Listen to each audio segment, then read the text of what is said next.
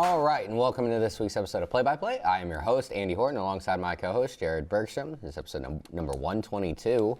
And, well, not a ton going on this week besides just a heck of a lot of great college football games and a bunch of good games in the NFL. So we're going to get to talking to those. But maybe before that, I just ran across that ESPN has a top 25 players in the country so far. All right. Through 6 games. So, well, most players have played 6 games. But anyways, so maybe just run through that real quick. So at number 25, they got a wide receiver from San Jose State. I can't believe I'm saying that. That's insane. Nick Nash, cool name. 62 catches for 806 yards, 10 touchdowns. So, dude's racking up the TDs. Guy is absolutely dynamic. He's got pretty good size, too. 6'3", 195, so not like the biggest dude ever. But how did we... Oh, there we go. I had to scroll down a little bit.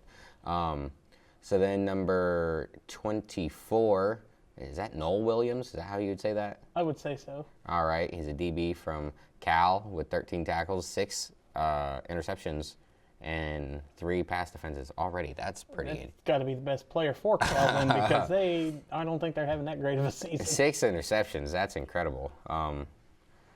There might be more talented corners in college football, but through 6 games, no one has made offenses pay for throwing their way more than Williams, is what it says. So I would say that's probably true. How about Harold Fannin Jr. From Bowling Green? He's a tight end. Also a junior, not just his name, but his class.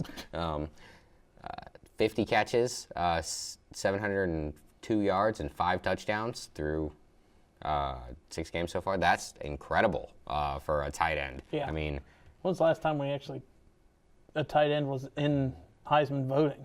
I mean, it probably have been. Oh, last year with with Bowers. Yeah, with Brock. And I don't think he's in Heisman like contention because like as good as he is, he's like Bowling Green. It's Bowling Green, yeah. So, but still, awesome for him. You know, he's a guy that we'll probably be talking about come draft time, and if not this year, the next year. Abdul Carter, Penn State, the defensive end. A lot of people like this guy, and I understand why. Only 15 solo tackles, 4 sacks, and a forced fumble so far. But the guy is super talented, and he's a great athlete. So I think that he will be able to, he's another guy who is 100% NFL guy. So really good. Kentucky defensive tackle. Is that Dewan? Or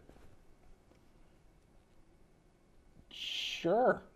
I really don't know. Walker. I remember watching the Kentucky-Georgia game. His name was said quite a bit in that game, so I can see why he's on the list. And then I watched him in the Vanderbilt game last week, and he's a menace. Yeah, no.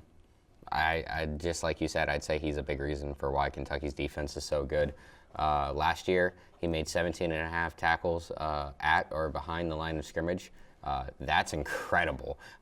And he has 9 career sacks. That's pretty good for a guy. It literally says this exact sentence. That's pretty good for a guy whose main job at 6'6", 245 is just to occupy blockers and eat up space in the middle of the line. Yeah, no, that's more than pretty good, I'd say. Jalen Milroe, I think everyone knows about this guy. He's an incredible talent. He's got to work on, some of his like accuracy, with short and intermediary passes. But where does that have him on the list? The guy can throw dimes, 20th. Ooh. Overall, yeah. Okay. With everybody, So, but 1,400 yards, 12 touchdowns, 83.2 passer rating so far. Before the season, he was ranked 22.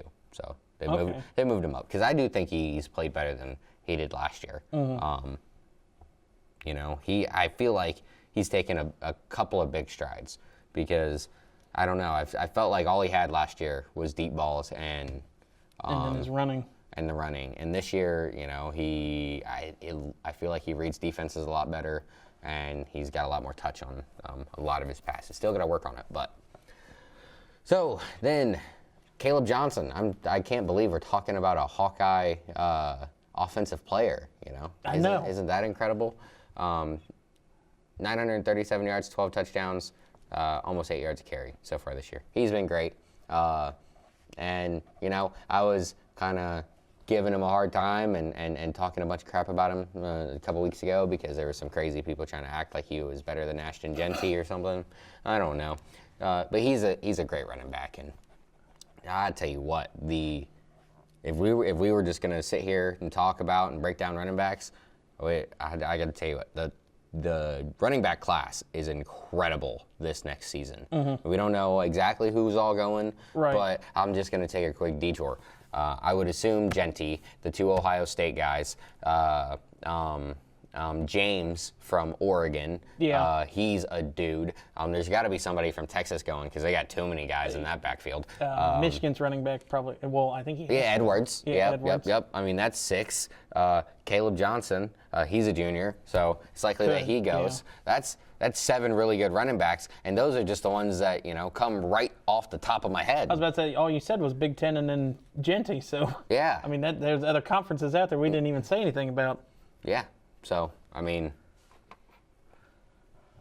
there's that. There's going to be a lot of running backs in the draft the next 2 years. Yeah. All right, and then the defensive end from Boston College, number 18, Donovan. You got any clue? Because I do not. Ezernaku? What he said. All right. That's what we'll go with. He's having a fantastic season through, the first 6. 25 tackles with 9 sacks and a forced fumble. 9 sacks? Dang. He's getting to the quarterback. Says a year ago, he lumbered through a miserable campaign in which he routinely found his way in the opponent's backfield, but mustered just 2 sacks. It was a colossal disappointment for players who or for a player who had been all ACC in his sophomore 2022 season. So he set out to change that this year, and well, it's been a remarkable change. That's for sure. He has 14 QB hurries, 2 forced fumbles. Oh, this says 1, but cool. And 2 forced fumbles and 26 pressures. So that. Great job for him. He's going to be another edge rusher that we'll be talking about come draft time. Will Johnson. I just looked. He had 3 sacks in the first game against Florida State. Oh, yeah? Yeah. Wow. Yeah, 3 sacks against Florida State, 2 sacks against Michigan State, 3 against Western Kentucky, and then 1 against Missouri and Virginia. So he is definitely, and then, I don't know if you said, but he has 25 tackles and 17 tackle for loss, it looks like. Oh, yeah, and the last line here that it says about him, it says that he is on pace to shatter the ACC's single-season sack record, which is held by another BC great, Harold Landry, at 16.5. All right. Will Johnson, the amazing corner from Michigan, 12 tackles, 2 interceptions, and 3 pass defenses. And, you know, like, he's a big corner. He's 6'2", 202. And he's just so good, right? Like, one of the best things about the best corners that a lot of people like to say is you don't get to hear their name a lot. They're not the most talked about guys, and he's one of those guys. You almost never hear his name during the game unless he gets an interception or something like that because he's locked down. Shedeur Sanders, number 16. I'm surprised that this says preseason ranking was 24. I'm surprised it was that low because everyone's so high on Shedeur. I mean, like, he's going to be top 5 pick. Yeah, maybe like the first quarterback picked. A lot of people think that. Over 2,000 yards, 17 touchdowns, 70 quarterback rating. So I guess that could be higher. Is that 2,000 just passing, or is that combined for him? It just says notable stats. So I'm assuming it's just passing. Okay. So yeah, I mean, they've been a lot better this year. Than what we thought. Yeah, I mean, so before the season, I was talking to my uncle, and he was telling me that he thought they were actually going to be not great, but pretty good this year, and it was so hard for me to buy the stock. So I think I bought a little bit, but not a lot. And while they're paying that stock off, Colorado has been, I mean, shoot. I was about to say, I can pull it up. They're what's that? 4-2 with losses to Nebraska and K-State. Those are good losses. Nebraska, it was early in the season, and maybe they just weren't ready to be able to, play the tougher teams. And then K-State. Last week. You only lose by a field goal to a K-State team that, it's very possible they're the best team in the Pac-12. Or Big 12, I'm sorry. Yeah, because I feel like either BYU or Iowa State might fall off. I mean, they're undefeated in conference play, but I don't think BYU's played. BYU's pretty good. They've got to play. I like got to play them. Utah and Oklahoma State this week, and I think those are their challenging games left. And then Iowa State. They got Utah and Kansas State to end the year, so that'd be tougher for them at the end of the year. Mm-hmm. But so then at 15, Curtis, is that Rourke? Is that how you say his name? The quarterback for Indiana? Yeah. Okay, so this guy can play some ball. He was a transfer, right? Yes, he was a transfer from Ohio. And it says he came to Indiana with over 7,500 career passing yards. That's a lot, and 50 touchdowns. And this year, he's doing really good. 1,700 yards, undefeated, 14 touchdowns, and 6-0. And maybe we'll talk about their coach, Kurt Sergetti. Sergetti. Okay, cool. I'm glad I got his name right. There we go. Maybe we'll talk about him a little later, because maybe we'll just talk about him right now. I loved when he, someone was asking him about how do you, what is your main pitch when you go and talk to, this, I'm gonna butcher the question, but I know what you're talking about. He's like, well, what's your main pitch when you go into these kids' living rooms and try to sell them to come to Indiana or come and play for you? And he said, all I do is win. Look me up. Google me. Google me. Yeah. And amazing. He does. That was a heck of a hire by Indiana, and I mean they're ranked. I think this is the first time ever that they've been ranked. What? If not, it's been a really long time. Really long time. We'll talk about and a couple other And then this is the really highest ranked that they've ever been. Wow, that's incredible. We'll talk about a couple other teams later that have not been ranked in a really long time, because there's an interesting situation going on with them. Yeah. Oh, you know about it? I know about it too. Kyle, okay, so the next guy we got to get through this. Get to it. So the next guy is Kyle Kennard, edge rusher from South Carolina. I didn't know that South Carolina had anything notable. 7.5 sacks, 11. Tell that to Alabama. 11 tackles for loss. So they actually, that game cost me about was it $110? Either 70 or $110. I don't remember. I just needed Alabama to win by 10. These idiots only won by 2. Oh. I was so upset. 11.5 tackles for loss. So that guy's getting in the backfield a lot. And 2 forced fumbles. He's 6'5", big guy, 254. So that means he's tall and he's kind of lean, right? And I wondered, I don't know, is that normally? I feel like that's not what a lot of teams are looking for now, like for your edge rushers. So we'll have to see how he translates. I feel like 6'5" might be it. Maybe I'm wrong. No, I guess that's probably right. You gonna talk yourself out of whatever? Maybe. I don't know, man. Next is Mason Graham, and that guy is a dog. 21 total tackles, 11 solo, 3.5 for loss. And, I really like the fact that the Bengals got Chris Jenkins. I would have liked it a heck of a lot more if we could have somehow found a way to steal him last year instead. I love Mason Graham. I know he couldn't have come out of college because he was only a sophomore. I don't care. I love Mason Graham. That guy can play some ball. Draft him this year. He's a big dude. He's going to be an early pick. That's the problem. Oh. He's going to be like a top 10, top 15 pick, which we'll see how things work out. Bengals might have a pick up there. Hold on, you only got 2 wins right now. But So. they're going to start coming in bunches. So, yeah, gotta love Mason Graham. Can't ever say anything bad about him. We won't talk about the offensive linemen a ton. Tyler Brooks from Bama. Yeah, Bama. I mean, Junior. there's not a lot to talk about with them. I mean, you could. Not right now. Yeah. I mean, I can go in depth like once we get to once we get draft time. But I'm not going there yet. Not on the Heisman watch. Yeah, Jeremiah Smith. Everyone's seen all the crazy catches he makes. I don't think the first one was that impressive. I thought that was the most routine mossing ever. The second one I thought was very impressive. 32 catches for 553, 7 touchdowns. Nice.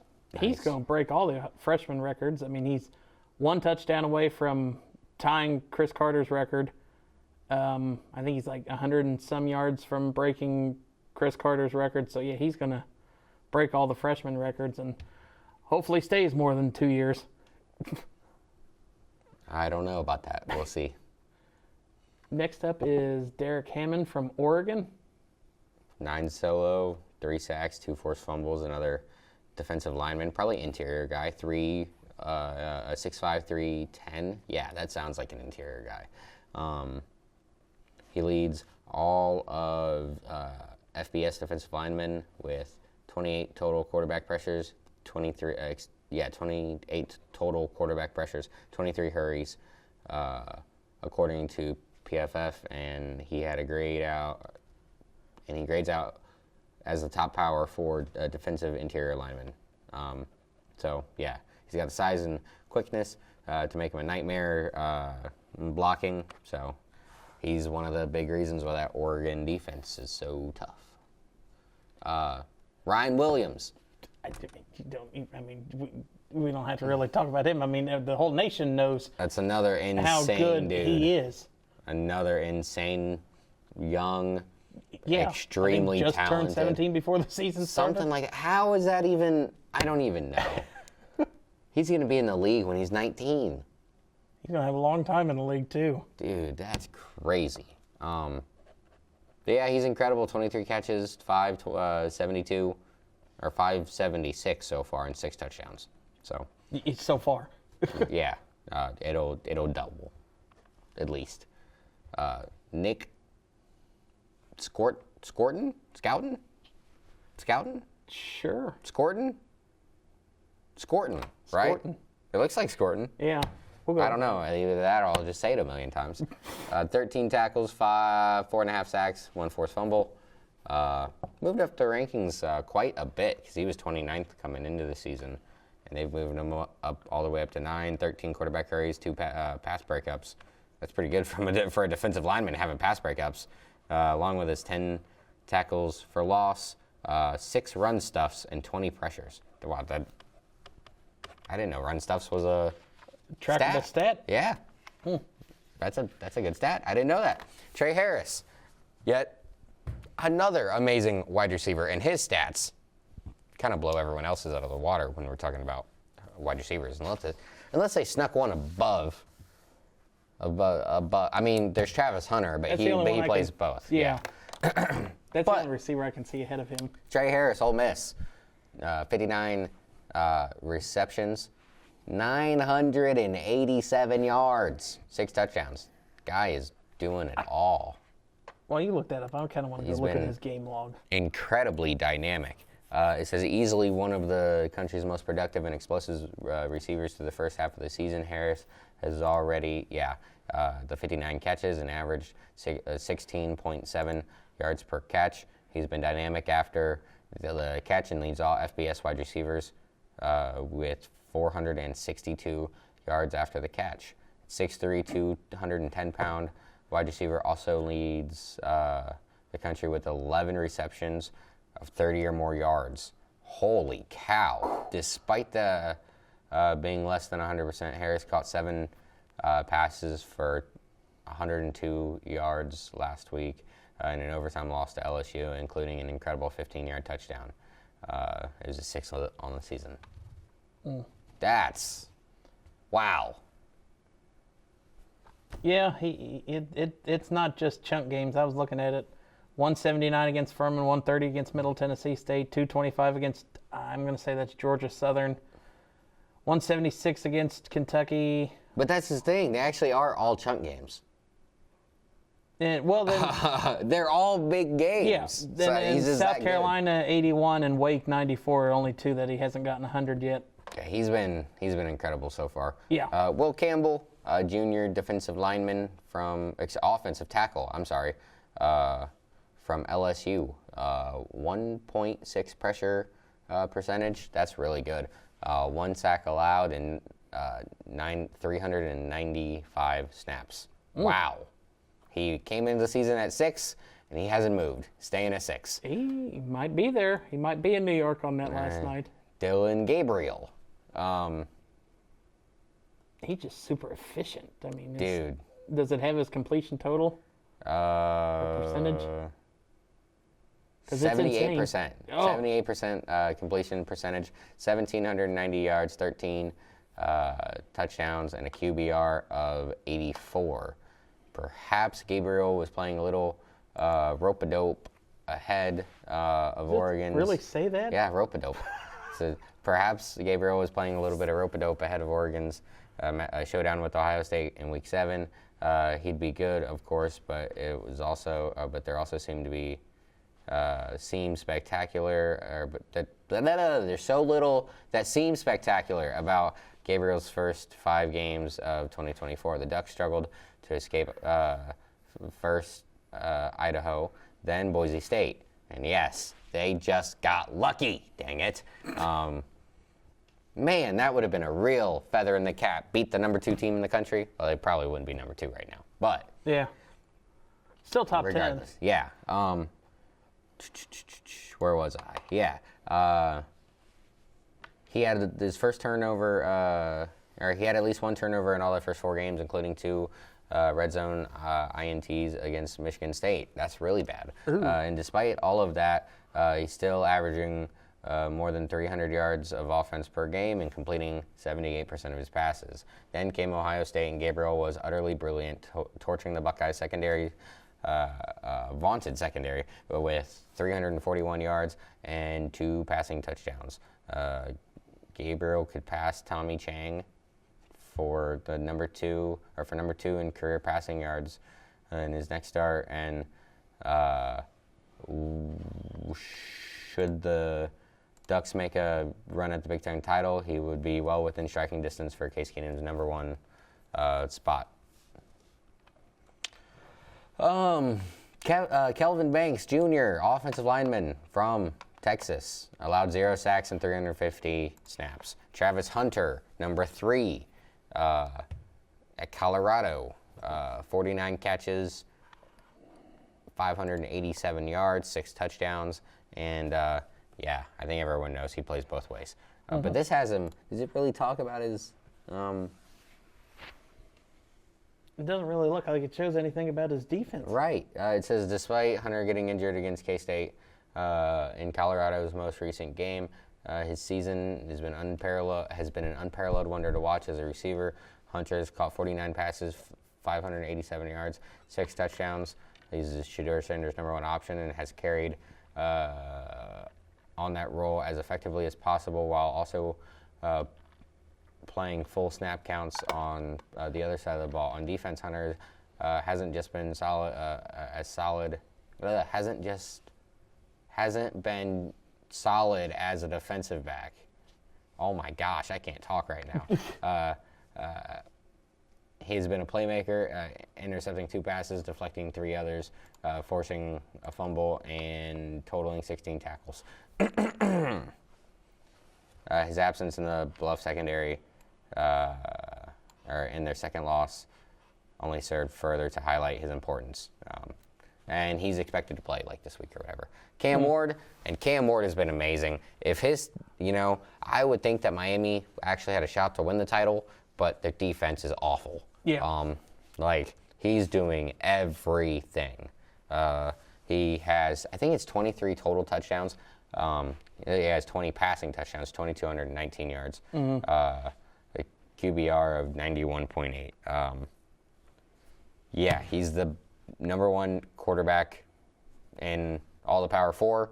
He's, probably the best quarterback in the country. It's a toss-up between him and Shador in a lot of people's eyes, but I don't know, dude. He is. I think. This guy just cooks. And I guess you can say he has to because his defense doesn't give him any help with getting a turnover, getting a stop. He averages. This says 9.8 yards per completion. Like, the guy's just so good, man. Like, it's hard to quantify it. And then we can talk about my man Ashton Genty a little bit. I'm just trying to get this done, to be honest. It's been quite some time since you could definitively say that the best running back in the country might also be the best player in the country. But that's just how ridiculous the run Ashton Genty has been on. In the first 6 games, Genty is at 1,248 yards, or rushing yards, averaging 9.9 yards per carry and 17 touchdowns. Watching him week after week has been has been as impressive as any stat. Once he gets the ball in his hands, it becomes nearly impossible to tackle and nearly impossible to catch. This season, Genty has posted 3 games with more than 100 rushing yards, and his lowest rushing total of the season was 127 yards. And I will just personally add, he didn't play the second half. He's on pace to break Brady Sanders' all-time single-season rushing yards record and touchdowns in a season. In other words, Genty isn't just unstoppable; he's historic. Amen to that, brother. Let's get my boy a Heisman. That's all I can say about that. So, he'd have my vote right now, and he has my vote. All right, so we getting into scores from last week and into the scores from this week. It started last Friday. Arizona State upsetting Utah. Had Cam Rising back, but I think Utah fans might have wanted him back on the bench with 3 interceptions. Yeah, definitely a little rusty. More incompletions. 2 weeks, 3 weeks? Something like that. More incompletions than completions. 16 for 37. It's not very good. And then if you flip the script, Arizona State, I was about to say he didn't have more yards, so I got to click on it. They looked a lot better. Sam Leavitt, he's not, they're not a team that's going to throw it around the yard, but he was efficient, 11 for 18, with 150 yards, 1 touchdown, 1 interception. I love their running back's name. Cam Scatabo. Yeah, all right, so yeah, and Cam Scatbo had a fantastic game. 22 rushes for $150 and 2 touchdowns. I guess that's a fantastic game for normal running backs. Yeah, you can't compare everything to Genty, Andy. Yeah, no, that's 100% certain. So yeah, both teams were able to move the ball pretty well, but it just feels like every time they were getting in position to really, win the game or be able to make big plays, Cam Rising was throwing interceptions, and that is not what we're used to seeing. On their last drive, they got down to their own 32 before it was intercepted. It ended the game. And then the others came in. He had one right after halftime, and after they made him punt, they could have taken the lead, and he threw a pick just a couple plays into it, and then the other one was in the first half. Maybe he'll be back for year 8. I don't know. Hey, who knows? Finally get to He's see just him going to play keep getting extended. A full season. Keep getting extended. Keep getting extended. I thought they were going to win the Big 12 this year. Boy, was I wrong. Oh, Utah. Yeah, I don't think that's happening no more. No. The Red River Rivalry. It was not really a rivalry I would this say it's time. a rivalry. Not this time. No, Quinn Ewers comes back 20 out of 29, under 200 yards and a touchdown.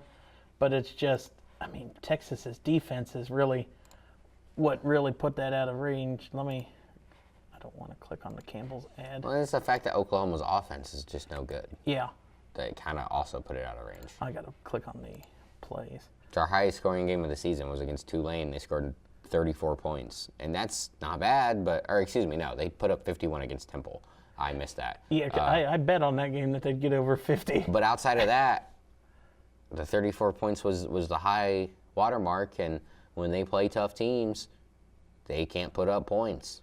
Yeah, what it was in the second quarter. This, mind you, Texas scored with 1:58 on the clock. Oklahoma fumbles, and then Texas scores a touchdown on a one-play run by Wisner, 43-yard run. Texas kicks off, and Oklahoma fumbles that one again, and Texas missed a field goal because a couple penalties knocked them back. But, yeah, that defense, 3 turnovers right there for Texas really helped turn them in. And I want to click on the box score because Windsor was over 100 yards rushing on 13 carries, 9.1 an average. So not a bad day for him. Surprised that Matthew Golden came in instead of Arch Manning. Hey, maybe he's just trying to see what other guys got. And he only threw 2 passes, so maybe they're like, maybe Arch was like, I don't feel like warming up. I don't need to go in. I've started 3 weeks. For 2 seconds. Ohio State and Oregon. We gonna talk about that one now? We gonna skip it and come back? We'll just talk about it now. Okie dokie. This one was fun for me. Go ahead. I was about to say it was fun for you, so you talk. It wasn't fun for me. I want to hear what you gotta say. Oh, I feel like Ryan Day's gone after this year. He's got to be. He can't win big games. And they need to fire Jim Knowles. I don't know how many times I was yelling at the TV to get the hell out of zone, quit playing zone, and then Oregon and Gabriel just lit us up all night. Yeah, if you have a group of great wide receivers, i.e. Tez Johnson, Evan Stewart, Trayshawn Holden, who we'll talk about that in a minute. That was an incredible play that got him thrown out of the game. Yeah. Never seen that before. But yeah, when you got a bunch of dudes that talented, and then you either even got tight ends and running backs and coming out of the backfield and do something with the ball, it's like, if you're sitting back in zone all game long, it's one thing you can, throw zone in there and switch it up and make the quarterback see different things. But when he wasn't switching it. Yeah, exactly. When you're sitting back in zone, I can sit back in zone playing NCAA 25 all day long because my linebackers are athletic enough. Guess what? I think it's a little harder in real life to be able to read quarterbacks than it is on the video game. Oh, yeah. Like you're able to just put the ball behind the linebackers, but in front of the safeties, and they were able to pull that off a couple times. We talked about it a minute ago when we were talking about Dylan Gabriel on the list. He was great. Had 4 rushes for 32 yards. I was about to say the one time he really pulled it, killed us. Goes for a long touchdown. And yeah, I mean, Ohio State's front played good, but I mean, Oregon's offensive line is just tremendous. And I mean, granted, if Ohio State could have got a hand up or got home on some of those, the zone the whole time doesn't look bad. But Gabriel was able to pick apart the zone, and I knew it was going to be a good, close game. But I was talking to my grandpa, and it's like, I mean, it shouldn't have even been a game. Ohio State shouldn't have had a chance there at the end. I mean, two missed extra points, a fumble, and the go for 2 they didn't get, and a missed field goal. Oregon should have been up at least 9. Well, and let's not forget that bull touchdown. I'm just going to come out and say that was the most obvious interception I've ever seen. Well, I guess maybe not the most obvious interception, but because I didn't when the guy on TV said it should have been an interception. I was like, oh yeah, I guess that is right. That would have been a pick, not a fumble, because the Ohio State tight end never had control of the ball. It was sitting on his lap or whatever, on his hip. But he never had control, and I'm pretty sure you can see a good shot of the ref staring at the play. Heads up play by Will Howard to get the line up there and run that before. And I mean, how many times have we seen the refs come in and replay stop it for that? And I was waiting for it. I was like, oh, they're not going to get to the line and hike it before. And I was like, why? I was surprised because I said when I was like, ooh, that might have been intercepted, and it was when they showed the replay, and then they come out of the replay and Howard handed it off to Judkins. I was like, okay, we got away with that one. I was like, what in the world, dude? And it wasn't obvious from the first replay that it was incomplete. You had to go to where you could see the one looking down the field from behind the quarterback. Yeah, and it's and it's like, I don't know, you got to be better than that. And I would have been so mad if Ohio State would have won that game because of that awful, missed call. I'm glad that it didn't end up really mattering. But I tell you what, I was a little nervous at halftime. I still made my bet, but I was a little nervous at halftime. I got good odds on Oregon though, since they were down. So, Jeremiah Smith. It wasn't like the big plays that we're really used to him seeing, but 9 catches for 100 yards. It was a bunch of little plays. Second half. They didn't target him one time in the first half, and I don't know why. Oh, is that actually true? Mm-hmm. Wow, I didn't know that. If it was, it was one. Emeka Mbuka? Yeah, he had a hell of a first half. Yeah, and Will Howard, how do you feel about how he played? Because I don't think he played terrible. He definitely could have been better. No, we were in that game. If we had Kyle McTrash, I wasn't even watching the damn game. No, for sure. But no, he played great. I mean, he kept us in the game. He never lost his composure. But then he did make a couple of huge mistakes, like the fumbled snap. That pretty much ended a drive. Yeah. And then the slide, which literally ended the game. And I am a Will Howard guy. I'm not a Buckeye guy. I am a Will Howard guy. I like him, and he made a lot of big throws. I don't want to act like he played terrible, but it wasn't all polish and shiny, and there were some mistakes. I would just like to say that Ohio State paid a hell of a lot of money for Quinshon Judkins, and for he hasn't been terrible, but I would just like to point out that Ashton Jeanty rushed for 192 and 3 touchdowns against Oregon. And between Will Howard and Quinshon Judkins and Mbuka and Travion Henderson, got 141. All right, we're going to move on to Penn State and USC. Oh. No. Before we do, the other thing I wanted to talk about was the Dan Lanning 12-man on the field. You see that? Mm-hmm. What do you think about it? Smart play. I've had a lot of really mad Ohio State fans saying, oh, they should have put the time back on the clock. I was like, that's not what they do. I was like, I was like, there's a certain amount of time that is lost every single football game, and it's not like they say we're gonna lose 1 minute a game, but I don't know, but it's probably something around that time where it's when the clock operator doesn't hit the time, doesn't hit the button as soon as the guy goes down. Mm-hmm. Because frankly, I'm surprised I haven't heard as more Buckeye fans argue that there should have been 1 second left when Howard went down, because as soon as your slide starts is when you're supposed to be down. Yeah. So I'm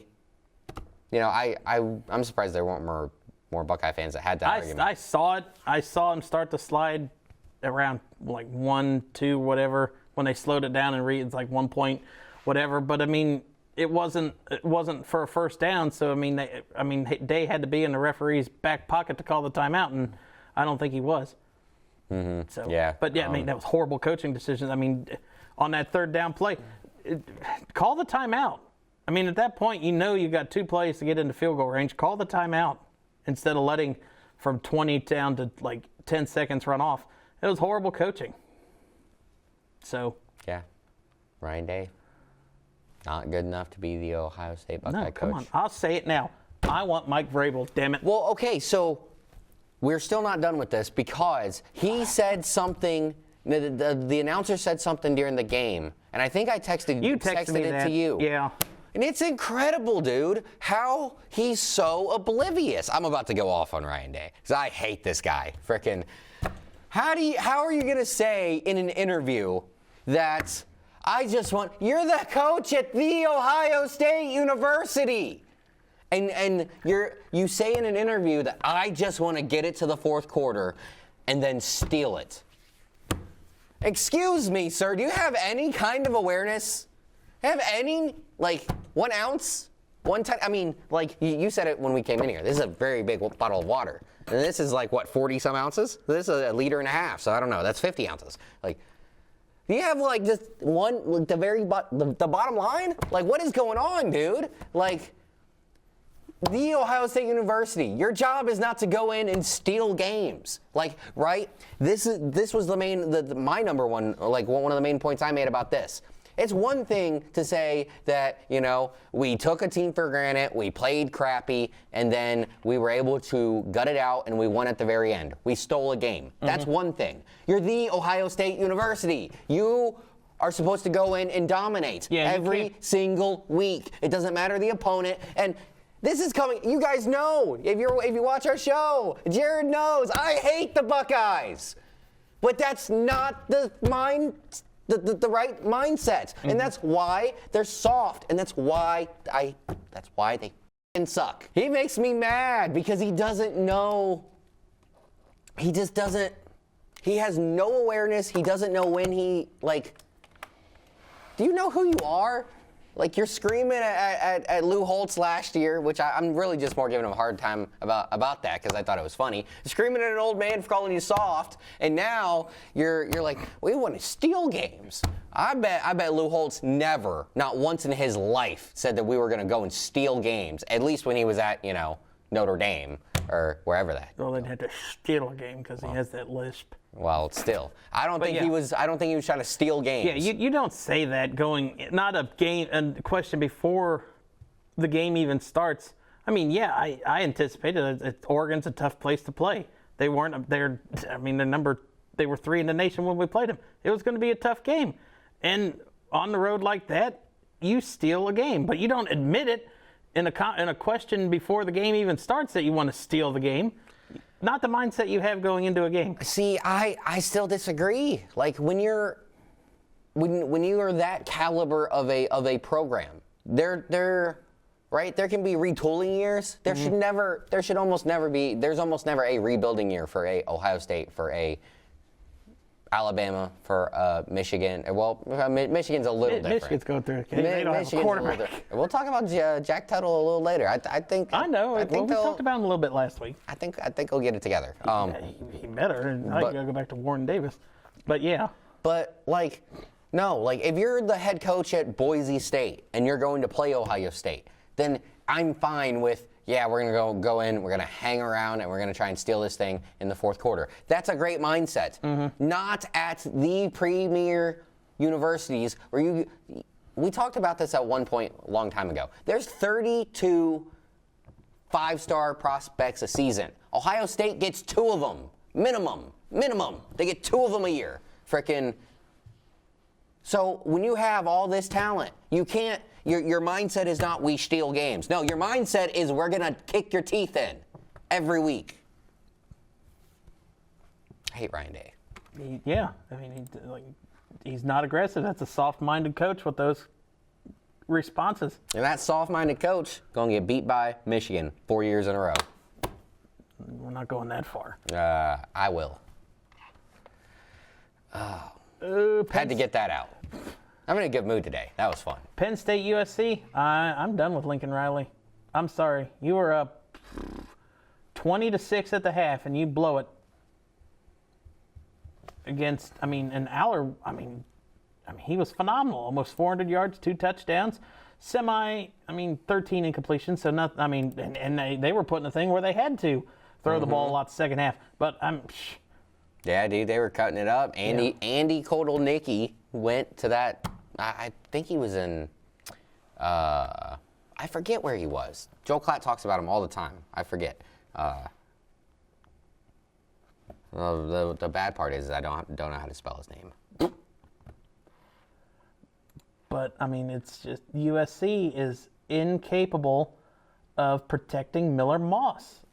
I don't know how many times he was picking himself up off the ground or the referee was helping him up off the ground. And it's like, this dude is going to be planted in the Coliseum, and there's going to be a memorial tree with how long he stays in the ground. Yeah, I don't know, man. So their offensive line, like the problem is their 2 tackles is like they're kids. They're really young. They haven't played a lot of football. And all right, there's his name. Now I can look up where he used to coach. Yeah, and the fact that they just can't tackle. Dude. I was about to say they just can't tackle. Back on the offensive line, I mean, I watched that game because, I mean, we talk about it. We've talked about it for how long we've done the show. I mean, Penn State doesn't win the big games, so I watch Penn State games because it's like, see if they keep it close and all that. And I was really watching it because they were down 20 at the half, so I was like, oh, this might be their first loss. But no, the offensive line. It's not the tackles that are giving up the hits on Moss. It's the stuff coming from the inside. So I don't know. Lincoln Riley, you got to figure something out. He is 1-7 in his last ranked conference opponents games. So Andy Kotelnicki was at Kansas last year. That's who he was the OC for. And yeah, the guy. I mean, there was a reason why Kansas was so good last year, and it was the fact that they could hit you with all sorts of firepower on offense. They had a bunch of dudes, and he was a very creative play caller. And you can see it's kind of working the same way at Penn State. Is the offense, the most elite thing in the world? No, but at the same time, I don't know when the last time I saw a Penn State quarterback put up 400 yards. Yeah. Penn State offense have 518 yards total. Yeah. I don't know. It's been a while. And they actually have some guys that are kind of scary at the wide receiver position. Wait a minute. Did Tyler Warren really have 17 catches? Oh, did he? Good Lord. Was that the only person he threw it? Half of his receptions were Alar's completions. Half of his catches were in this game. Jeez. He's a tight end. Holy Moses. And he threw a pass. Well, I didn't see Alar. He had 3 picks. So, yeah, that ain't good either. But, no, I mean, it's... So I guess that's why they got down so big. Mm-hmm. But, I don't know. Maybe he's got that Kirk Cousins gene where it's like, I'm just going to throw, and I'm just going to throw, and I'm just going to throw.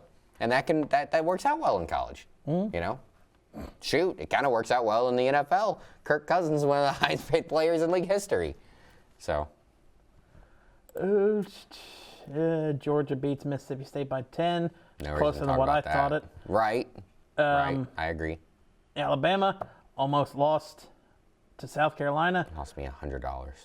I feel like they should have lost to South Carolina, not because I'm not. I mean, there's a lot that happened in that last minute. Yeah. I didn't really get to watch it all, but that kicker. I've never seen a more well-executed onside kick than that one. Maybe the one last year with Dallas where he kind of put it sideways and it spun like that is the only other time I could have seen an onside kick work that perfectly. Oh, yeah. Back to the Ohio State game for one quick second. Was that an onside kick, or did he just kick it so hard that... No, he kicked it so hard off of him. Yeah. I've seen that before in high school, that they do that because they're not paying attention, and he wasn't. So, yeah, you steal a possession. Yeah. That is stealing, Ryan Day, so think about that. Mm-hmm. That's how you steal a possession or, a game. Because, frankly... They scored on that. I was going to say, that kind of did steal in the game. Mm-hmm. Wow. Tennessee. Bring it full circle. Tennessee beats Florida in overtime. Kind of surprised Florida was able to put up 17 on Tennessee. See, and I really like Nico Iamaleava, but he holds the ball too long. Down to earth. He holds the ball too long. He's got to make his decisions faster, and I get it. He's young, but you got to mature quickly because Alabama's this week. Yeah. So. LSU beats Ole Miss in overtime. not really a surprise. I mean, it was like almost a pick'em game. I think by the time it rolled around to kickoff, but it was like I think 2 points in LSU's favor when we talked about it last week. It's very possible that Brian Kelly's is very possible. I always get him and Chip mixed up, but it's very possible he's finally got that team together. Finally? Nussmeier is amazing, and so is I think, at a wide receiver who's a killer. I just can't think of his name. Dabo not letting that first week loss to Georgia. They're 5-0 since, and they're just running through the ACC. So they will probably play Miami in the ACC championship game unless Miami loses a game between then and there.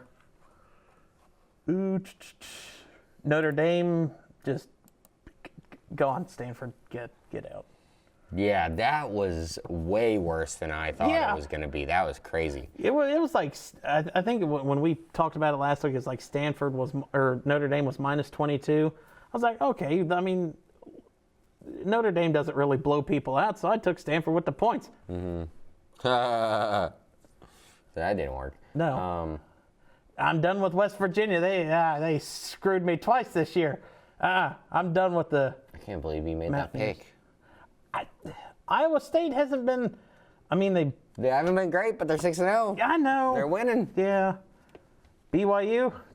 Sorry. Noah. I'm done with Arizona too. Boise State, I kind of surprised they didn't beat Hawaii by more. Yeah, no. Would they cool off in the second half? I was a little disappointed. No, they were never really hot. They scored 15 in the fourth. It's hard to go to Hawaii and take things seriously because they're not a good football team and you're on the beach. You're on the beach, yeah. So. Kansas State wins by a field goal over Colorado. We kind of talked about that already. Missouri bounced back over UMass. UMass is just rolling in, cashing those SEC checks. I think UMass has played 4 SEC teams this year, or will play 4 SEC teams this year. 1, 2, 3. They got Mississippi State and Georgia left. They're making that money, man. Yeah. Hey, that's crazy. Barely a basketball team, but so our football team's got to get money to support the school. Cal Pitt. Cal can't make a field goal. I think the kicker missed 2. Let me look to be sure. I don't want to be. I clicked on the wrong button. Yeah, I definitely didn't think that was going to be a field goal game. I can find the kick. No, he just missed 1. Is that the last ranked game? Purdue and Illinois. Oh, wasn't that wild? Purdue probably had put up 49 points in their 5 losses. They lost 66-7, 38-21, so there's 7, 28, 38, 44 in their losses combined. So no. But they almost got Illinois. That the only other game that they were able to score more than 21 points was against Indiana State at the beginning of the season. And that was 49 to nothing. That's crazy. Oh. All right, so I guess we got to pick this week. Yes. All right, so we got number 2, Oregon, and ESPN messed me up this week. They put them by the days. There's so many Friday games now. It's hard to keep them in track. But Oregon travels to Purdue this Friday.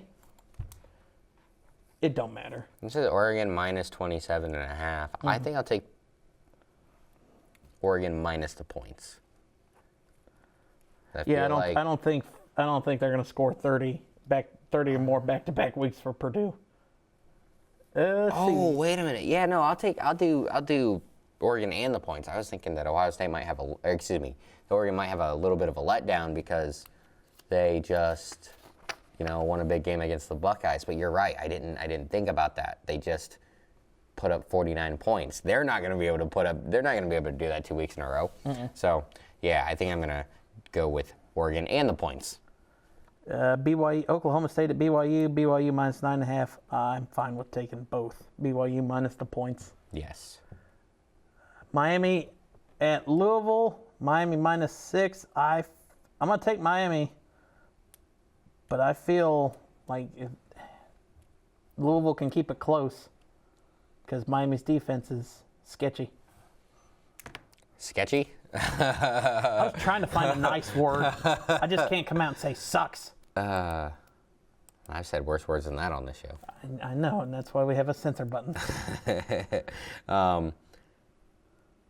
See, Louisville's quarterback, if you want to throw my screen up there, Louisville's quarterback, 1,600 yards, 14 touchdowns, 3 picks. Pretty efficient, not bad. Their running back is pretty good, 500 yards, 3 TDs. Best wide receiver, 30 for 572, 6 touchdowns. How many points is it? 4.5? 4 or 5. Has it really changed that much since? It's 4.5 on ESPN. Oh, I got it from ESPN an hour before you walked in, and it was 5, so they dropped a half a point. I think I'll take Miami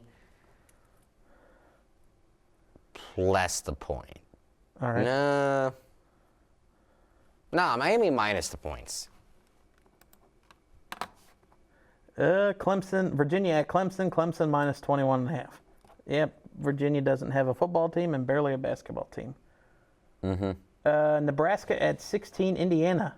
Indiana minus 6.5. This one's tough for me because I love Matt Rule, guy. but I mean, when Indiana's athletic director comes out and sends a campus-wide email, please don't destroy our campus for Big Noon kickoff this week, because that's where it is. Please don't destroy our campus. So I think Indiana's going to have the home crowd. I'm going to take Indiana. I'm going to ride this Chris Sergetti? Yeah, Sergetti train as far as it'll go. Hopefully it doesn't come here, but if it does, it's to a good Nebraska team. I think I might go with Nebraska. Yeah, I'm going with Nebraska. Auburn at number 19, Missouri. Mizzou getting 4.5. I'm going to take the Tigers in this one. Jared. I know, I was waiting to see how long. I'm going to take the Auburn Tigers in this one. I thought that's what you meant, but War Eagle, right? You know, that's what they say. Yeah, War Eagle. Or a Tiger. Is Auburn actually good this year? I mean, they got 2 wins, so no, but they couldn't even beat Oklahoma. I'm trying to pick a game different from you, Andy. You know. We already did. Nebraska. I picked Nebraska. Okay, then I'm going for back-to-back different games against you. I guess I'm going Missouri. Yeah, all right. I feel like Missouri. Let's hold this next one if it's in the same order that I got it, and because we can talk about the situation when we get to the other one. We'll do those 2 last. Number 7, Alabama. At number 11, Tennessee. I don't trust Nico enough right now. I gotta go Bama. I'll take Rocky Top. Last time they were there, they won on a field goal. Alabama was favored by 3. Alabama's favored by 3 this week. Might be a field goal game again. See, the acting out is the thing that scares me. I love Kalen DeBoer, but does he have the discipline on this team? I don't know.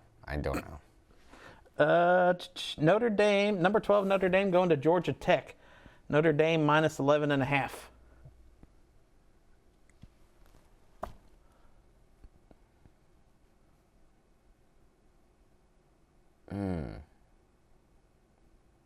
I think I don't want to. I'll go Notre Dame and Notre Dame minus the points. 11 or plus the points. 11.5 is too much.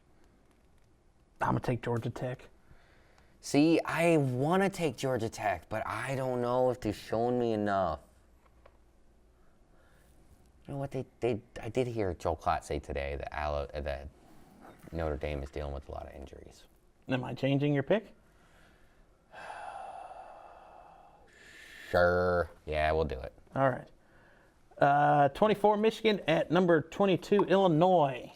I'm going to take the Wolverines, and hopefully, if Tuttle is not the one starting, then I know quite a few Michigan fans that are going to be done with this season. Well, they'll be drinking a bottle of alcohol as large as my bottle of water, probably. So, Yeah, I'm going to go Michigan. There's definitely not going to be 100 points scored in this game. Yeah, not 50 to 49 like Illinois last week. Nope. I would be shocked if they broke 30. Combined? Yeah. Oh. Maybe. Ooh. I mean, I wouldn't. The high-flying team coming into Michigan, I don't know if high-flying is going to work. Mason Graham is going to eat people. So maybe 30 is an exaggeration. I'll say 40. I'd be shocked if it goes over 40. We're skipping that one, or we can talk about it now since we're at that one. We'll skip it. We'll hit them at the very end. A&M, number 14, A&M at Mississippi State. A&M minus 16. Yep, all of it. All in on Mike Elko in that game. Yep. LSU, number 9 LSU at Arkansas. LSU minus 2.5. Money line, I'm taking LSU. With points, I'll take Arkansas. This one's tough because Arkansas isn't a good team, but they're talented enough. They're talented enough that they can make teams sweat. I think I'm going to take LSU, but still. Give me the points too. It's only 3, but 2.5. But Georgia at Texas, 5 versus 1. I'm keeping them up. hook 'em horns, baby. Yeah. Yeah, no. I was watching. I mean, there was Georgia fans are commenting on. I think it was something Texas posted on Sunday getting ready for this week, and they were talking about how they're going to welcome to the SEC. I think Quinn Ewers is going to open up a Texas-sized can of whoop ass on this Bulldogs defense. And I will say, I don't give a damn who is playing quarterback. Yeah, it could be Arch Manning. It could be who was that Mason whatever who threw 2 passes last week. Okay, if it's that guy, then, if it's that guy, then maybe not. If it's Arch or if it's Quinn Ewers, that's just incredible. You got 2 quarterbacks on the same team where it's like I don't care who's playing, they're winning. Yep, by more than 10. I don't necessarily. You're saying more than 10? More than 10. Sheesh, Jared's going overboard, boys. UCF at Iowa State. Good job. Iowa State minus 14. Yeah, I'm going to go Iowa State. I don't know about the 14, though.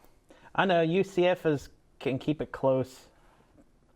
Kansas, screw you, West Virginia. Kansas State, my boy Avery Johnson. I don't even. Baby Thor. Yeah, screw you, West Virginia. Stanford and SMU. I said that backwards. Yeah, screw you, Stanford. Yeah, I'm going with SMU. All right, so we didn't pick 2 games, and that's because there's a lot brewing in the AAC. Yeah. American? Yeah, in the American Athletic Conference. Go ahead. So, both Army and Navy are ranked for the first time since 1960. Mm-hmm. It's a long time. Actually, wait, I thought someone said right after World War II. That's what Klatt was saying. Maybe is it both ranked this high or both ranked at the same time? Both ranked at the same time, I think. Since like right after World War II. That's crazy. Anyways. They play everybody, or they play the year or the week between the conference championships or the end of the regular season, the conference championships.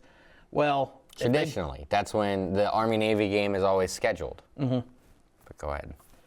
If they're both undefeated at that time, they're going to give them the break, and they're going to be off that week too, and then the Army-Navy game will be for the American Championship that next week. Wait, what? Have they come out and said all that? No, it's just speculations. No. Okay, so no, the way things are set up. Okay. From what Joel Klatt was saying is Did he say it today? If they both, I think it was either today or yesterday. Okay, if it was today, then I haven't seen anything since. The way things are set up, from what I'm understanding, is that if they both go undefeated, they'll play in the AAC championship game, all right? And then the very next day, is when the playoffs come out, the official playoff bracket, okay? So the Army-Navy game is actually scheduled for the week between the playoff round and when the playoffs come out and the first round of the playoffs. So you literally could have Army, Navy, and then you'd still have the official regular Army-Navy game. So you could have Army-Navy, both undefeated, playing. The winner could theoretically be the highest rated group of 5 champion. So they could theoretically get in the playoffs on Sunday and then play the Army-Navy game, the official Army-Navy game, like that isn't the AAC championship game, the official Army-Navy game, the next week. And then that would mean that those teams, whichever one, wouldn't get their bye because that's the week that everyone would get a bye. So they'd have to play, and that'd be really crappy for them. That is interesting. Yeah, heck of a setup there. So now we can pick those games. I just thought maybe we hold out. I mean, Army -16 over East Carolina. Yep.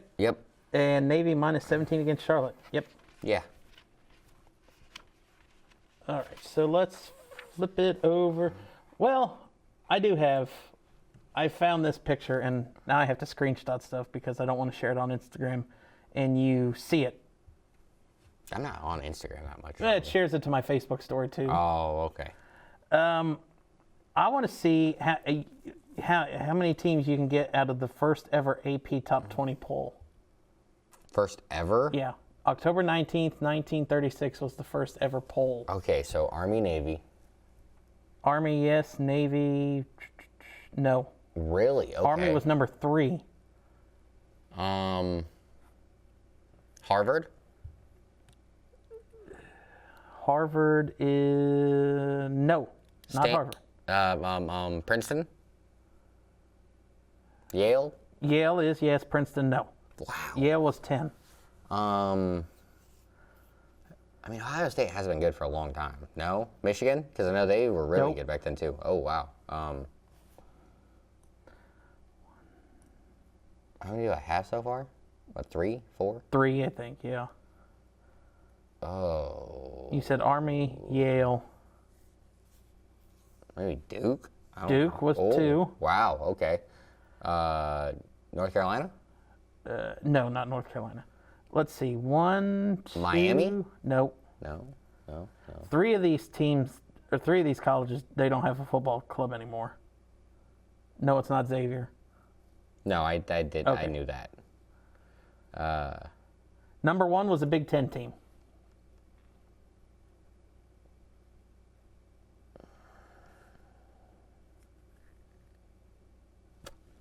I ain't got a clue. Minnesota.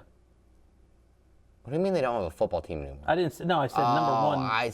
Okay, see that. The ones that don't have a football team anymore is Duquesne, St. Mary's, and I don't believe Marquette has. If they are, they're not an FCS school. I think you're right about that. Wow. All right. Northwestern was 4. Purdue was 5. USC 6. Notre Dame 7. Washington 8. Pitt at 9. You had Yale at 10. Duquesne, St. Mary's 11, 12. LSU 13. A&M 14. Nebraska 15. Oh, sorry. Fordham doesn't have a football team anymore. They were 16. Holy Cross 17. Tulane 18. SMU 19. And Marquette 20. I could have gotten a handful of those, but I didn't. Wow. Yeah. NFL? Yes. All right. Is there any games that stood out to you specifically that you want to talk about, or you just want to kind of run down them through real quick and stop if you want to elaborate any more? Well, the Thursday night game was great. It was. I mean, we've actually gotten really lucky having a lot of really good Thursday night games. I know, normally that's historically for like... Ugh. Yeah, the crappy ones, but Gino was gunslinging. Only had 1 touchdown through the air, but had 312 passing yards. And did they bring out a new running back over there in San Francisco? Mm-hmm. They break out Isaac Guerendo. Yeah, I think that's a pretty good one. Yeah, Mason went out in the first half. 9.9 yards per carry. So just San Francisco just has their own running back room like Texas does, apparently. Yeah. They're not worried. We got somebody who else. All right, next up. Kenny Walker kind of had a quiet night after last week. He went insane with 3 touchdowns. But still not a bad night. I'd say all in all. They weren't able to get the win, but he had 8 catches for 37 yards. So I think his fantasy managers were pretty happy about that. DK Metcalf, he kind of dropped some passes that were huge and could have really changed the outcome. So. All right, another week we don't get to play the slip and slide video. I know, I'm sad. That was bad. Yeah, and it's not even that like he hasn't been bad, right? But he also hasn't been good. But they haven't played good teams, so he hasn't had to be good. So anyway, to justify you saying something bad about Caleb Williams. I mean, like, what good am I supposed to say about him? The one good team that they did play, he threw for 170 yards and 2 interceptions. He threw for 2 interceptions in the loss to Indy. And no offense, but Indy's not really good. They're we got to figure out slightly above average. Situation. Yeah, that's the real issue. But I mean, he has been pretty good the last 3 games, but. Yeah, Jacksonville sucks. Carolina sucks. The Rams, they're always hurt. All the time. All right. Jordan Love throws 2 touchdowns to Dobbs. Dobbs, sorry. My vision got blurry, and I had seen 2 O's.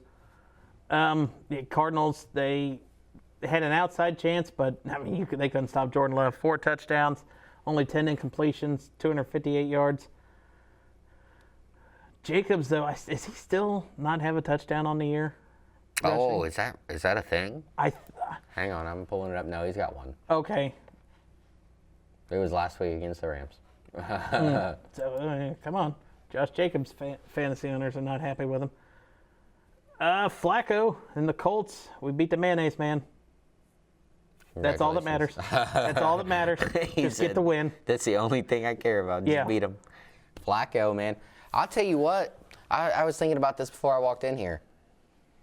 Why the hell didn't he pick Miami? You got 2 quarterbacks that are fragile as hell, and you could either be in Indy or you could be in Miami. You're either on the beach or it's winter. Well, I mean, the Colts signed him right after the season ended, so I mean, he didn't go there after the season started. But that doesn't matter. He could have gone. Like, everyone knows that what's his name is incredibly fragile. So they he didn't offer him anything. Well, then they're dumb. Well, yeah. I don't know. Good hire there, Irsay. Good pickup. No, I need a great pickup. Stroud and the Texans beat the Patriots by 20, but I liked what I saw from Drake May. Yeah, no, I thought he was good. Threw for 245 and 3 touchdowns. When I saw that they were starting him, I was like, good God, they're going to kill him early because that offensive line is bad in New England. But they were good enough for him to not die. Only got sacked 4 times. He's mobile enough. He's able to get away. Had almost 40 rushing yards. And hey, there was actually production out of their wide receiver room. It wasn't amazing, but Demario Douglas, 6 catches for 92 yards and a touchdown. Keyshawn Boutte, 3 catches for 59 and a touchdown. And Hunter Henry, 3 for 44 or for 41 and a touchdown. And they got to, like you said, the offensive line sucks. They got to find a way to make it so they have some help there so that they can get some production from wide receivers. But then also, they fumbled the ball 3 times. One of them was Drake May, but the fumble by Marcus Jones and the fumble by Austin Hooper, you can't, especially in his first start, you can't do that to your rookie quarterback. Yeah. Chef Baker serving up goose eggs for the Saints in the second half in a 27-0. I think his defense was serving up goose eggs for the Saints, but he served up 27. I saw his nickname. Somebody named him Chef Baker, so I wanted to go with that. But yeah, Spencer Rattler didn't look Why bad. wouldn't he be Baker? Huh? Why wouldn't he be Baker? Why would he be a chef? No, ask the Tampa He's fans. a baker named Baker. Baker the Baker. Or, his original nickname's amazing. Baker, touchdown maker. I'm not even the biggest Baker guy, but Rattler started that game. Didn't look bad in the first half. It's just, come on, Dennis Allen, time to go. He threw too many yards. He threw too many yards for me. He killed one of my bets. Browns Eagles? Yeah. Nah.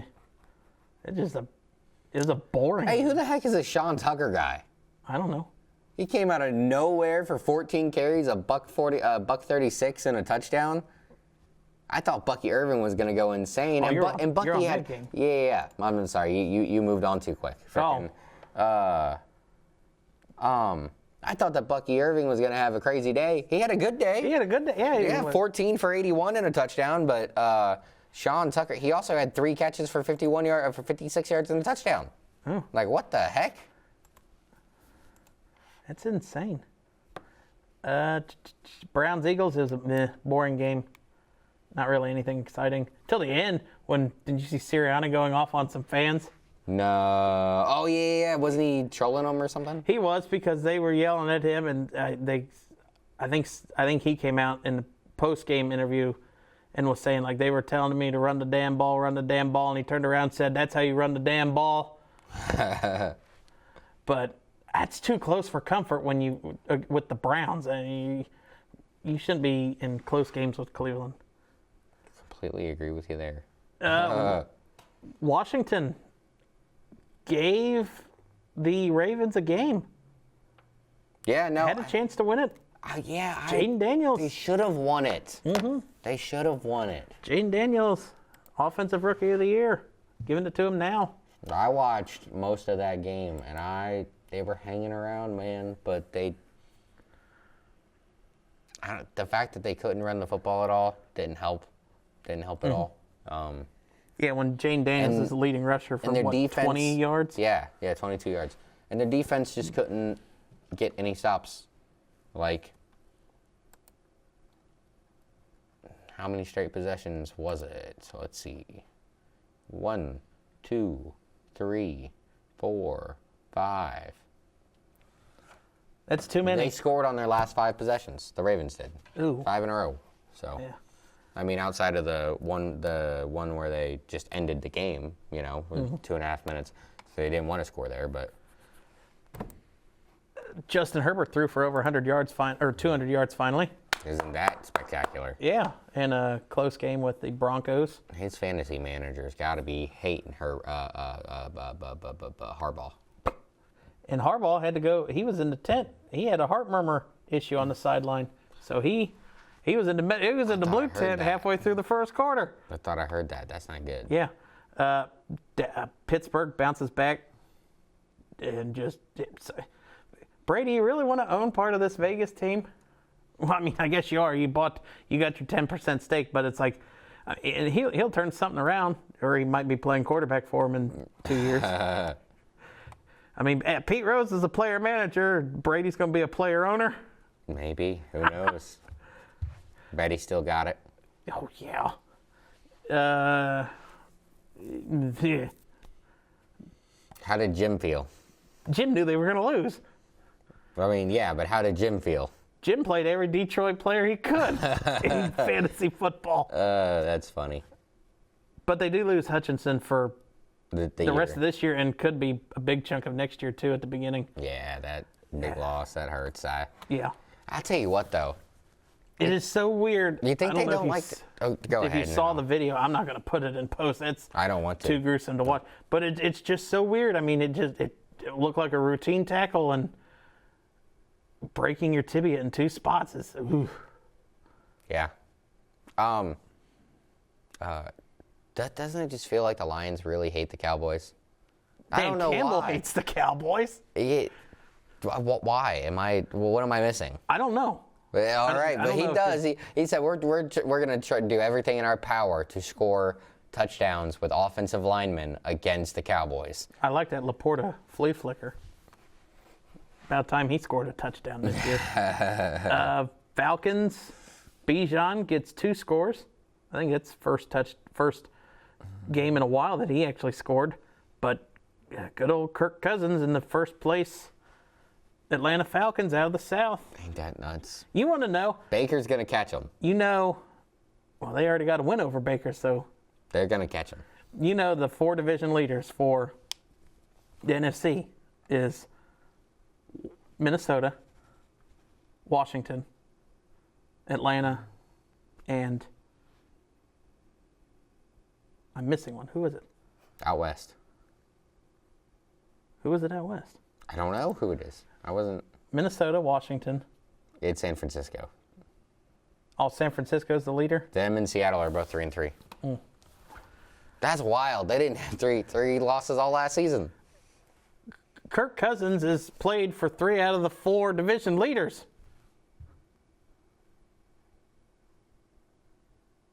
Oh, I forgot he started in Washington. Wow. This is a Kirk Cousins playoff year. Ooh. And then to close it, oh, no, sorry. That's so Sunday long night. ago. It was. Bengals get a win, 10-point win. And I loved it. I love the timing of everything. That it happens for a reason.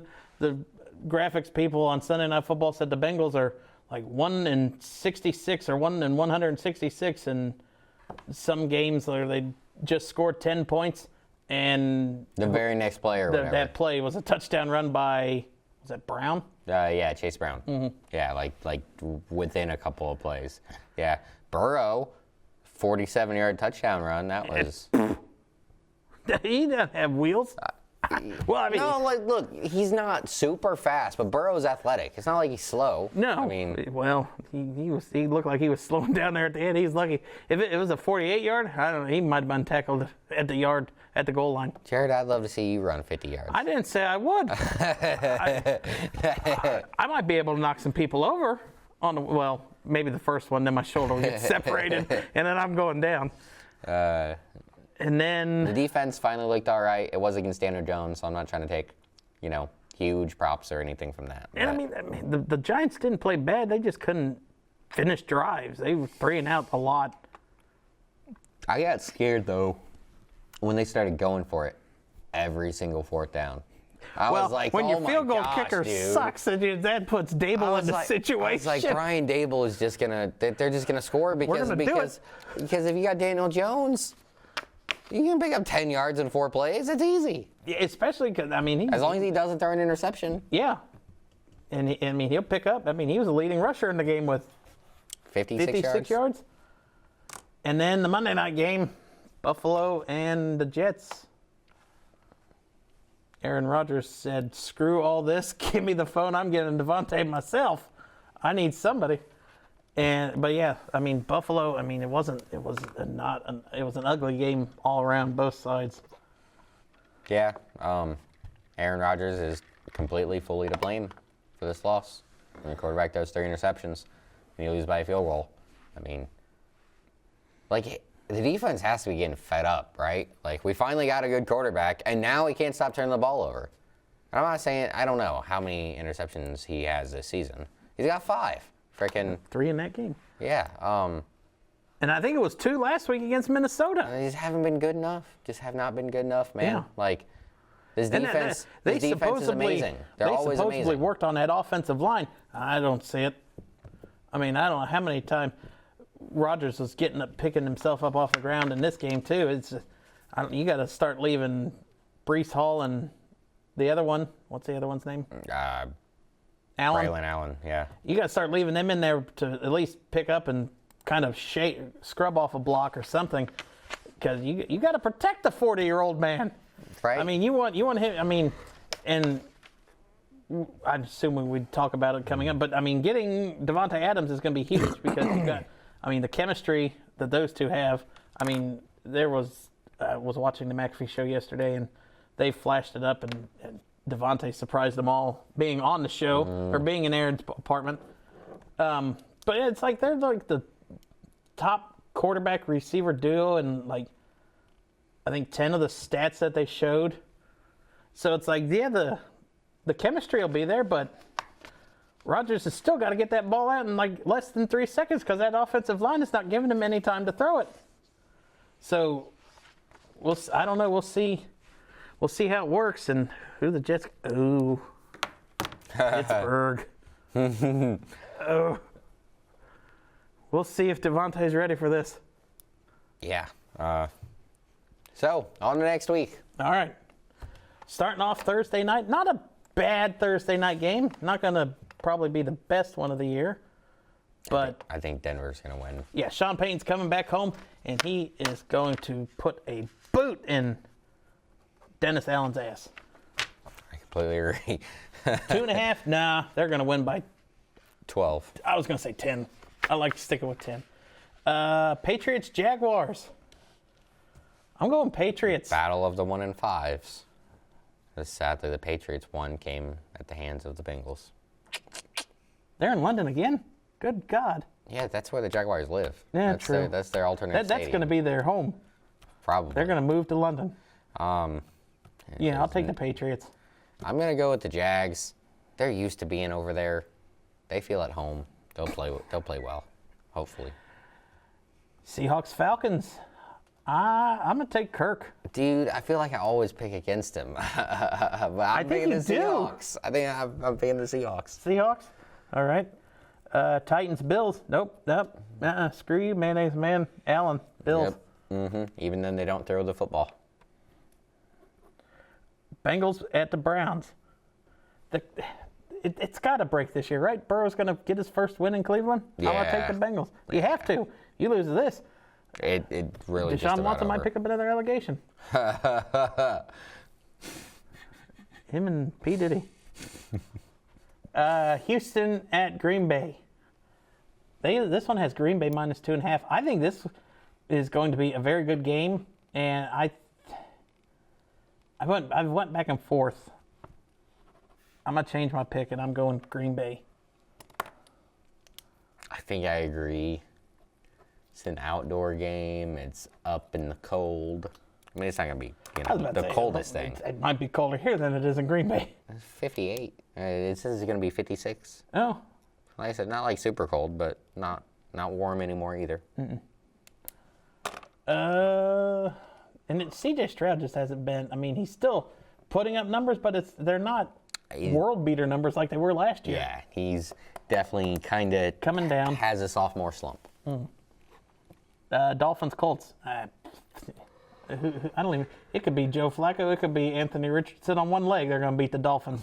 I don't even know who. So. Is it still Huntley? I don't know. Well, it doesn't matter. Like I said, it's irrelevant. Mike Daniels could be out there throwing passes, and I don't think it'll help the Dolphins' chances. Lions, Vikings. I can feel you looking at me. Sam Darnold, 5-0. I think I'm going to ride with my Lions. All right. I'm going to take the Vikings. They're at home. I think they're losing a huge piece with Hutchinson. I think it'll be a close game. So I feel like there's got to be... Like, you can't just win with scheme every single week. They have for the first 5. Yeah, but you can't win all the games with scheme. They haven't played Dan Campbell in the first 5, but... Yeah, so I think Dan Campbell might take a chunk out of him. They're going to bite Sam Darnold at the knee? Yeah. He'll start seeing He's going to see Dan Campbell ghost. Exactly. Eagles, Giants. I'm going to take the Giants. It's a 3-point game for the Eagles. I don't. I'll take the Eagles. Raiders, Rams. How are the Rams 6.5-point favorites and they don't have a receiver? No, Cooper Kupp is likely to play this week. Oh, he is? Yes. Oh, Rams. He didn't actually ever go on IR. Oh, I thought they put him on IR. Well, and still, even if he did, he could come back either this week or next. All right. Yeah, I'm going Rams. Okay. Panthers, Commanders. Yeah. Sorry, Andy Dalton. Jaden Daniels is just a whole hell of a lot better right now. That kid is special. Chiefs and Niners.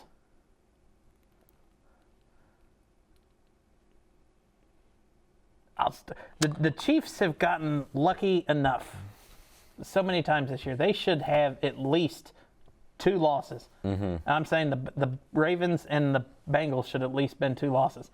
There could have been more, but They're already beat up. I think they might get beat up more this week. I'm going Niners. Yeah, me too. Jets, Steelers. It's crazy. They got Aaron Rodgers. Like the Jets last year and the Jets this year, they're like, yep, we just going to throw them on prime time every single week. What the hell? When did the Steelers change the name of their stadium? When the naming rights changed, Acrisure. It's Yeah. an insurance group. I didn't know they changed. What the Yeah. No, it's It still was like Heinz. last year or the year before. It's always Heinz Field to me. I'm with you. Steelers. You're taking Steelers? Yes. All right. I'm not picking the Jets. Although, did you see Tomlin not giving an answer on who he's going to start this week? I suppose I like that better than Russell Wilson. Russell Wilson better not take the job. The kid's gotten you to 4-2. Don't mess with his confidence. Mm-hmm. And then another 2 Monday nighter. I don't like this because I don't get the Manning cast. Oh, and this one, the Chargers Cardinals is exclusively on ESPN Plus. Take that, Disney. What was I gonna say? I want to watch that game. No, but now I can't. I don't have ESPN Plus. Ravens Bucks in the first one. Baltimore -3.5 on the road. I'm gonna take the Bucks. Mike Evans, he's got 11 straight 100-yard or 1,000-yard seasons to start his career. Mm-hmm. He's on pace to have like 850, so he needs a big game in this one. So I'm gonna take Baker and the Bucks. And I don't like Baltimore. Dang, dude. Me too. I was thinking the same thing. And Chargers Cardinals. Chargers. Yeah. Unless Marvin Harrison Jr. goes Superman mode. He went out in the first half possible. last week, and Oh yeah, that's right. He is so we'll banged see up. if he comes back. He is banged up. Anything else you want to add? I can't believe we got through all of the NFL in less than 25 minutes. I know. Well, some you just Wild. Some weeks you have a lot to say about college football. Some weeks you don't. So I guess that will do it for this week's episode of Play by Play. We will start. We're gonna have to figure out how we're gonna try to start talking about NFL or NBA and college basketball as we get into this. We're gonna have a we're packed show, ladies and gentlemen. No recapping unless it's an important something happened for NFL and college football. Something like that. So all right, that's gonna do it for this week. Like Jared said, don't forget to like all the shows and share it on all the platforms. Mm-hmm. That'd be great. See you guys next week.